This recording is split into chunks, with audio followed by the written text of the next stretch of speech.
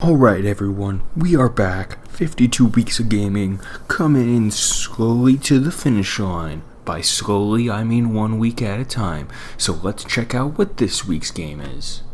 So this week I am playing the Lego Ninjago movie video game, because I love Legos and because I love ninjas, and so it's about time I get back into a Lego game. There's a bunch of them out there I still need to go and do, and I figured this would be a good one to start. So let's see how far I get at the end of the week. Let's find out. The Lego Ninjago movie video game is a game that was developed by TT Fusion, which is the Traveler Tales Fusion, a subsidiary of the whole company, and published by the Warner Brothers Interactive Entertainment Studio. Came out for Windows, the Switch, PS4, Xbox, alongside the film when it was released in 2017 in September, and then worldwide October of the same exact year. It is the second spin-off video game and the third game in the Lego Movie franchise. Now, it is very similar to other games developed by Traveler's Tales in the Lego games, that you have environments entirely made out of Lego bricks, and you control one of the minifigs, as they're called, throughout the level. The game follows along with the movie, and at the end you can go back into one of its 8 locations and battle against the challenge dojos that are in each spot. I'm going to send it over to Nick, though, to talk a bit more about it, because I know although the reviews for the game weren't the best, I know he has some certain thoughts about the Lego games themselves. So Nick? So this week was the Lego Ninjago movie video game, which is like the series, the book to go and put at the end of it. But it's a Lego game that's based on the Lego Ninjago movie, and it's very similar to all other Lego games, so very simple in terms of gameplay and what you have to go and do, but I always find them fun, and I think they are fun games.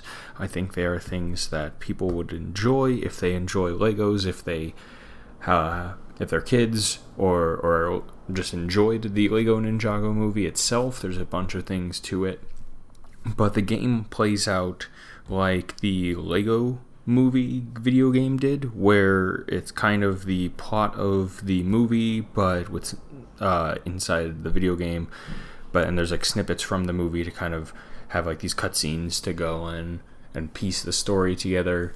But you have to go on, each character has different powers, and the way that the Ninjago one is unique is based on the elements and kind of that sort of idea of like different characters have different abilities like fire, ice, water, earth, master building, and electricity. And which, you know, master building's an element. But it's something that you go through the game, and then there's all the stuff afterwards of finding what they consider the chests, which are the like collectible little cheat things, or they call ancient scrolls in this game, that you can go and unlock and have things like the collectible detector, or slow down time, or infinite, or like dance mode, or those sorts of things. Fast building is one. And then the other thing that this game does uniquely is that the other ones for those scrolls, which are, again, like what typically would have been red bricks in other games, you can go and in those you have this multiplier that you go and build up to collect studs, which are the currency inside of the game. And this one, it's more based on the moves that you go and do, so you have to do a combo on defeating enemies, and then that kind of builds up this multiplier that you can go and get and then collect all the studs. So it's a bit different in that sense, but I thought that was really cool and unique, and a different change on the traditional collect the red bricks for the 2, 4, 6, 8, and 10 times multipliers and kind of easily get all these studs. You still have to work for it. And then they have the bar up the top where, instead of the other games where you had this like stud counter for like, oh, you need to get 150,000 studs inside this level, it's more of a continual tracking bar with going up to level 20, which I think is 400 million studs, if I remember math correctly. But each time that you go and unlock a new level, you get a gold brick, and you get some customization stuff to go and do. And I think overall, as far as all of the Lego games that I've played so far, it definitely was the most different one out of all of them. Again, because there were no really red bricks, it was scrolls, and everything fit inside the universe. But I think I think it was unique in how it handled the way that you needed to use different characters and their skills throughout it, because in other ones like Indiana Jones or the Lego Movie or the Batman games, the ideas of like the powers that the different characters have are kind of uniform in terms of what they're able to go and do, and that this one kind of twists it and makes it a bit more unique in terms of skills that you need to go and unlock for each character and then to go and do them. And so I think it was something that I really enjoyed. I really enjoyed playing the game. I thought it was a lot of fun. It is something that over time I have learned that you play through the story and then you go back and try to go and do all the collectibles and things, because once you beat the story mission, you get free play for each level, and so you can kind of go and do that, and you have these dojos that you can go and battle, which are a good way to go and get coins.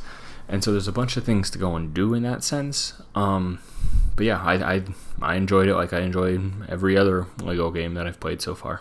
So who should go and play a game like this? Who would you think would be the best ones to enjoy the Lego games? As I was saying in the beginning, I think people who play the Lego games or watch the Ninjago movie would definitely go and enjoy this game, because it definitely follows along with the movie, and it's just another Lego game that anyone who plays Lego games typically is in the realm of I want to beat all Lego games, and so this would be one that they would go and play. So yeah, I think those would be the two main groups to go and play this game. Now I ask this at the end of every Lego game or every game itself, but I feel like it's different with Lego ones. So do you think you are going to keep playing the game now that you've completed it this week? Can't say I would go and continue playing the game, unfortunately, more because I perfected it. Lego games I usually play to perfection because they're not overly difficult to do. It is a bit of time consuming and energy and things like that are needed. So that would be why I'm not going to continue playing it.